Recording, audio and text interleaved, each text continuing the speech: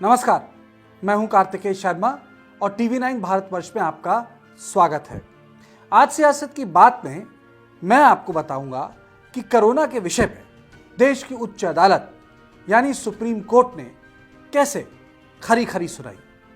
5 अहम बातें supreme court ने बोली। मैं तो ये काफ़ी अचंभे में हूं कि ये सारी बातें पहले क्यों नहीं पूछी गई, क्योंकि ये बातें आम आदमी से जुड़ी हुई हैं। ये बातें आपके और मेरे स्वास्थ्य यानी हम लोगों की सेहत से जुड़ी हुई है। पहली चीज़ अदालत ने पूछी, भाई जब ये कोविन एप्लीकेशन है जिसका इस्तेमाल करना ज़रूरी है वैक्सीनेशन के लिए, तो आप उन लोगों के लिए क्या कर रहे हैं जो लोग पढ़ना लिखना नहीं जानते हैं, जो एप्लीकेशन का इस्तेमाल नहीं कर सकते हैं।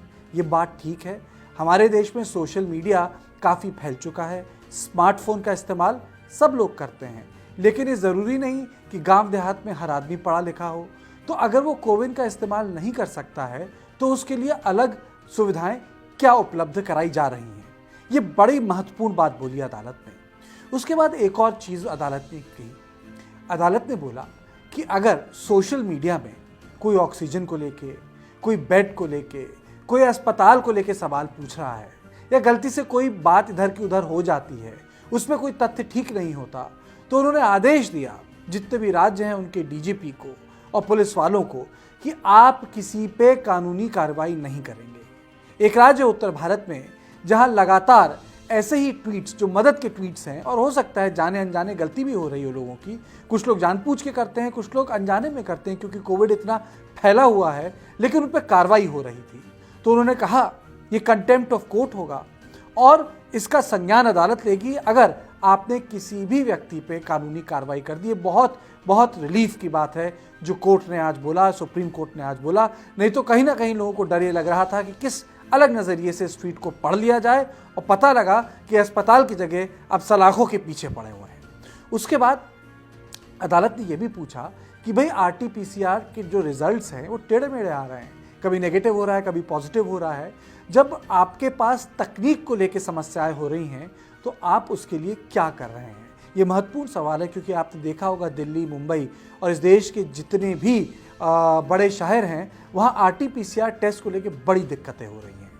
उसके साथ साथ उन्होंने कहा कि आप ये बताइए कि भाई जो एम्बुलेंस की कमी है उसका क्या कर रहे हैं। लोग अपने आप पैदल चल के तो अस्पताल जाते नहीं हैं।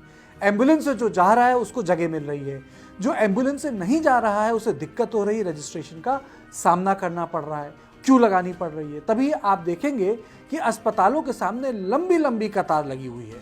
तो उस पर अदालत ने पूछा भाई इस पर आप क्या कर रहे हैं। फिर बात आई ऑक्सीजन पर लौट फिर कर, और उन्होंने कहा कि भाई केंद्र सरकार को इस बात का ध्यान रखना चाहिए कि दिल्ली में वाकई भारी किल्लत है ऑक्सीजन की।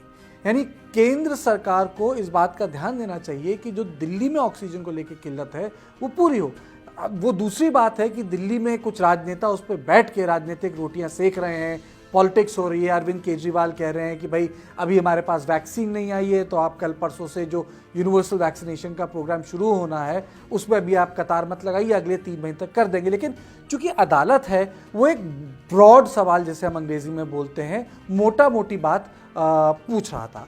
उसके बाद अदालत ने ये भी जानने की कोशिश की कि जो बाकी सारी चीज़ें हैं, किस तरीके से आप लोगों को सुविधा मुहैया करा रहे हैं, इंफ्रास्ट्रक्चर की जो बात है उस पर तमाम सवाल जवाब किए। मुझे लगता है कि एक अच्छी पहल है। वो अच्छी पहल इसलिए है कि कहीं ना कहीं जब हम पावर की बात करते हैं तो एक उस पर अंकुश होना चाहिए, और ये हेल्थ इमरजेंसी है जिससे हिंदुस्तान डील कर रहा है। कहीं ना कहीं उसे निपटने के लिए ना केवल एक पॉलिटिकल कंसेंसस की ज़रूरत है लेकिन प्रशासनिक एफिशिएंसी की भी बहुत ज़्यादा ज़रूरत है। और आखिर में ये बात कहनी ज़रूरी होगी कि अदालत ने बाकायदा सवाल पूछे कि ये वैक्सीनेशन इतनी महंगी क्यों है। बाकी अमीर देशों में तो वैक्सीनेशन सस्ती है लेकिन हिंदुस्तान में इतनी महंगी क्यों है। और इसके साथ साथ ये पूछा कि हमारे बाज़ारों से दवा क्यों गायब हो गई है, क्यों उपलब्ध नहीं है, कब उपलब्ध होनी चाहिए। मुझे लगता है कि अब कोर्ट ने बड़ी बारीकी से संज्ञान लिया है इस मामले का। अब सारे के सारे मतभेद किनारे रख के सबको साथ मिलकर काम करना चाहिए, क्योंकि अगर कोरोना से लड़ना है तो हमको मिलकर लड़ना होगा। गलतियां सब तरफ से हुई हैं, लेकिन अब वक्त है गलतियों को किनारे रखकर जो सवाल पूछे हैं अदालत ने उसके बारे में सोचा जाए, मंथन किया जाए और बाकायदा अगर उसके जवाब मिलते हैं अदालत को और वो तब्दील होते हैं प्रशासनिक जिसे कहते हैं स्तर पर, तो मुझे लगता है कि एक नई और अच्छी पहल होगी। तो सियासत की बात में बस इतना ही। देश और दुनिया की बाकी खबरों के लिए आप देखते रहिए TV9 भारतवर्ष।